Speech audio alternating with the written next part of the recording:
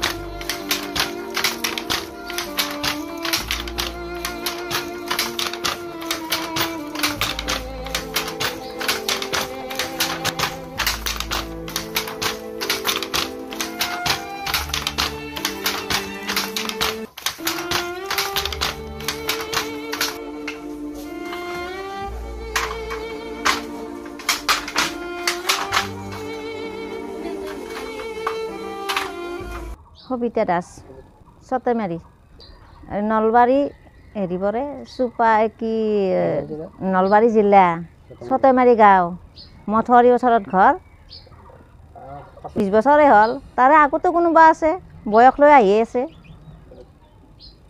আমি হাল বুয়ে চলি আছো আপোনালোকৰ উপাৰ্জনৰে ঘৰ চলি আছে কেতিয়াৰ পৰা চলি কৰিছিল আপোনালোকে 20 বছৰে হ'ল কেতিয়াবা বেছিও হৈছে মই লোৱাৰ পৰা 20 বছৰ হৈছে আৰু কি কাপোৰ লগাই এই গামোচা এই পাথাল টচমুগা এনে নানানটা থাকে আৰু বজাৰত নাযাওঁ দোকান আছে ওচৰত দোকানৰ পৰা আমি পৰিয়াল পোহপালি আছোঁ চলাই আছোঁ আমি এই হালেৰে এই পোহপাল দি আছোঁ, পঢ়া শুনা খোৱা লোৱা বেমাৰ আজাৰ ইত্যাদি চব এনেকৈ চলি আছোঁ আৰু আমি ফালৰ পৰা একো পোৱা নাই, পোৱা নাই। নাই পোৱা নাই, একো পোৱা নাই। নমস্কাৰ, মোৰ নাম শ্ৰী দেৱযানী দাস তালুকদাৰ। মোৰ নলবাৰী জিলাৰ ছটেমাৰী মঠাউৰিৰ ওচৰতে ঘৰ, গাঁও ছটেমাৰী মঠাউৰিৰ ওচৰত ঘৰ। গতিকে আমাৰ মহিলাসকলৰ এই শালৰ ইনকামেদি চলি আছোঁ, শালৰ জীৱিকা দিয়ে। কিন্তু চৰকাৰৰ পৰা আজিলৈকে একো এটা সুবিধা পোৱা নাই, না শাল পাইছোঁ নে সূতা পাইছোঁ নে কিবা পাইছোঁ, একো পোৱা নাই। না আজিকালি এটা ঘৰ দিছে চৰকাৰে, একো এটা পোৱা নাই। কিহৰ কাৰণে আমাক চৰকাৰে চকু মেলি চোৱা নাই আমি সেইটো নাজানো। আমি মহিলাসকলে গোটেইখিনি ইমান কষ্ট কৰোঁ, মানে এই তাঁতশাল বৈ বৈ আমি মানে দোকানত কাপোৰ বিক্ৰী কৰোঁ, সেনেকৈ মানে ঘৰ চলাওঁ। ল'ৰা ছোৱালীৰ পঢ়া শুনা সকলোখিনিকে কৰা যায় বা বেমাৰ আজাৰ, গতিকে গোটেইখিনিকে আমাৰ শালৰ ইনকামে দিয়ে চলি থাকে। কিন্তু কাপোৰৰ দামটো নাই, কিহৰ সূতাৰ দাম বাঢ়ি থাকে কিন্তু কাপোৰৰ দামটো নহয়। কিহৰ কাৰণে কাপোৰৰ দামটো বাঢ়ি নিদিয়ে সেইটো নাজানো। দিনটোতে আমাক চৰকাৰে যেতিয়া কিবা এটা চকু মেলিছে আৰু সাহায্যৰ ফালৰ পৰা পাওঁ, সেইটোৰ কাৰণে আমি কামনা কৰিলোঁ। আমি আদৰ্শিত মহিলা ঘৰখন চলাই আছোঁ। গতিকে আমাক আৰু চৰকাৰৰ ফালে কি সাহায্য দিয়ে সেইটো তেখেতসকলে জানিব। আমি আজিলৈকে একো পোৱা নাই। গতিকে আমাক অতি সোনকালে যেতিয়া অকণমান চৰকাৰে কিবা এটা সাহায্য দিয়ে আৰু তাৰ কাৰণে আমি কামনা কৰিছোঁ। আমাৰ ইয়াতে মোটামুটি আছে, বহুতখিনি আছে মানুহ। সেইটো প্ৰতি ঘৰৰে আমাৰ শাল আছে, শালৰ ওপৰতে নিৰ্ভৰ। মহিলাৰ দ্বাৰা আপোনালোকৰ ঘৰ চলাই আছে? হয় হয়। কিন্তু বানপানীতো আমি একো এটা সাহায্য পোৱা নাই আজিলৈকে। না ৰিলিফ পাইছোঁ, না এখন তিৰপল পাইছোঁ, নে কি পাইছোঁ, একো পোৱা নাই। আনকি চৰকাৰে চাই যায়, কিন্তু চাই গ'লে কি হ'ব, একো দিয়া নাই আজিলৈকে, একো নাপালোঁ। সেইখিনি সময়ত আমি বহুত কষ্ট হয়, মঠাউৰিত তম্বু টানি এনেকৈ থকা যায়, গৰু ছাগলী আলেনি, মানুহৰ আলেনি, জীৱিকাৰ প্ৰতি গোটেই বন্ধ হৈ যায়। তেতিয়া চলাত খুব অসুবিধা হয়। যিখন তাঁতশাল সেইখনে বন্ধ হৈ যায়, ঘৰত পানী উঠে, চোতালত পানী উঠে, কেনেকৈ চলিম আমি, চলিব উপায় নোহোৱা হৈ যায়, বহুত কষ্ট হয়। খৰালি মাহ সেই দিনতহে আমি ভালদৰে চলোঁ, কিন্তু হয় আমাৰ চলাৰ। কিন্তু তথাপিতো আমাক আজিলৈকে একো সাহায্য দিয়া নাই চৰকাৰৰ ফালৰ পৰা। আমাৰ টচ মুগা অৰিজিনেল কৰা যায়, আৰু পলিষ্টাৰ পাতি, গামোচাৰ পাতি বা এনে পদ্মিনী জৰা, সেইবিলাক গোটেইখিনি বিজনেছে আছে প্ৰতি ঘৰৰে। বজাৰ নাই, আমাৰ দোকানত দিয়া যায়। হয়, সেইখিনি সম্পূৰ্ণ পোৱা নাই আজিলৈকে।